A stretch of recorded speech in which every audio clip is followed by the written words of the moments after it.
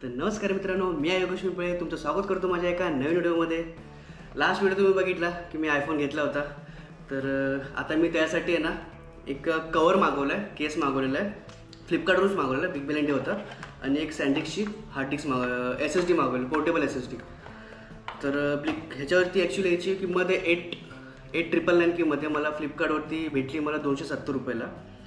आणि SSD आहे, ह्याची किंमत आहे ॲक्च्युली 1,400 रुपये, सॉरी 14,000 रुपये, 14,800.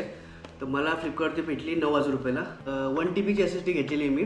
ह्याची स्पीड ॲक्च्युली 1050 आहे MB. आणि ॲक्च्युली अजून एक होती, ती थोडी प्राईस कमी होती, पण ती 800 MB स्पीड होती. त्यामुळे मी हे घेतली. आणि ह्याचं घ्यायचं कारण असं आहे की मी ॲक्च्युली 128 GBचा आयफोन घेतलेला आहे. तर ह्याचं स्टोरेज लगेच फुल होऊ शकतं. तर हे पोर्टेबल SSD लावलं ना, डायरेक्ट ह्याला कॉर्ड आहे, ती डायरेक्ट मोबाईल लावायची आणि डेटा ट्रान्सफर करायचा. तर मला 1 TBपर्यंत डेटा ट्रान्सफर करता येईल याच्यामध्ये. तर हा जसं लगेच शूट वगैरे केलं, व्हिडिओ काढले की लगेच ट्रान्सफर करून मला डेटा स्टोरेज करता येईल. त्यासाठी मी 1 TBची SSD वेगळी घेतली. तर ह्याच्यामध्ये मी 256 घेतलं असतं तर काय उपयोग नाही, कारण प्राईस पण वाढली असते आणि 256 पण भरलं असतं, लगेच स्टोरेज फुल झालं असतं. त्यामुळे मी SSD हा ऑप्शन निवडला. तर चला मग आपण आता दोन्ही अनबॉक्सिंग करूया. तर फर्स्ट ऑफ ऑल आपण कवर काढूया.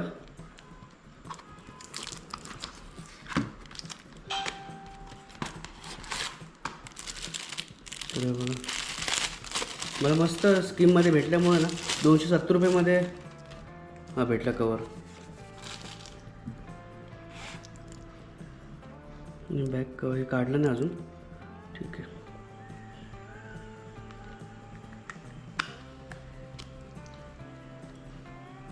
हे बघा किती मस्त वाटतोय कवर. तर फायनली हे कवर आपल्याला झालेलं आहे.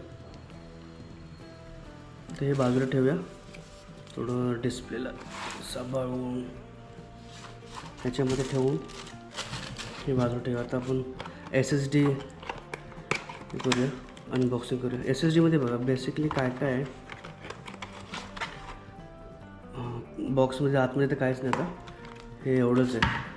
तर मेन गोष्ट तर बघा किती पोर्टेबल आहे, छोटीशी मस्त एकदम, असं हातामध्ये पण धरू शकतो. 1 TBपर्यंत आहे आणि मस्त आहे, कुठं कॅरी करून घेऊन जाऊ शकतो. आणि दुसरं काय अजून ह्याच्यामध्ये हे मॅन्युअली आहे, पूर्ण कसं यूज करायचं वगैरे असणार. एक कॉर्ड दिलेलं आहे, हे बघा, ही टाईप C आहे दोन्ही पण. तर हे एक काय करायचं आपण यूज करून बघूया आता, मोबाईलला लावून डायरेक्ट. आणि USB टाईप दिलेलं आहे, तर लॅपटॉपला लावून डायरेक्ट ह्याच्यामध्ये लावायचं. हे असं, सॉरी हे असं आहे, हे असं लावून हे लॅपटॉपला आणि मोबाईलला. तर ह्याचे तर जास्त काही यूज नाही पडणार आपल्याला.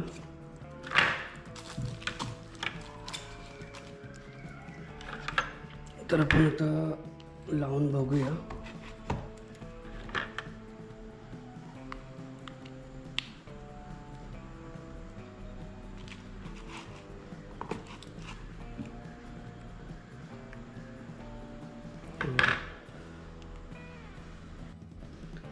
तर हे पोर्टेबल लावलेलं आहे.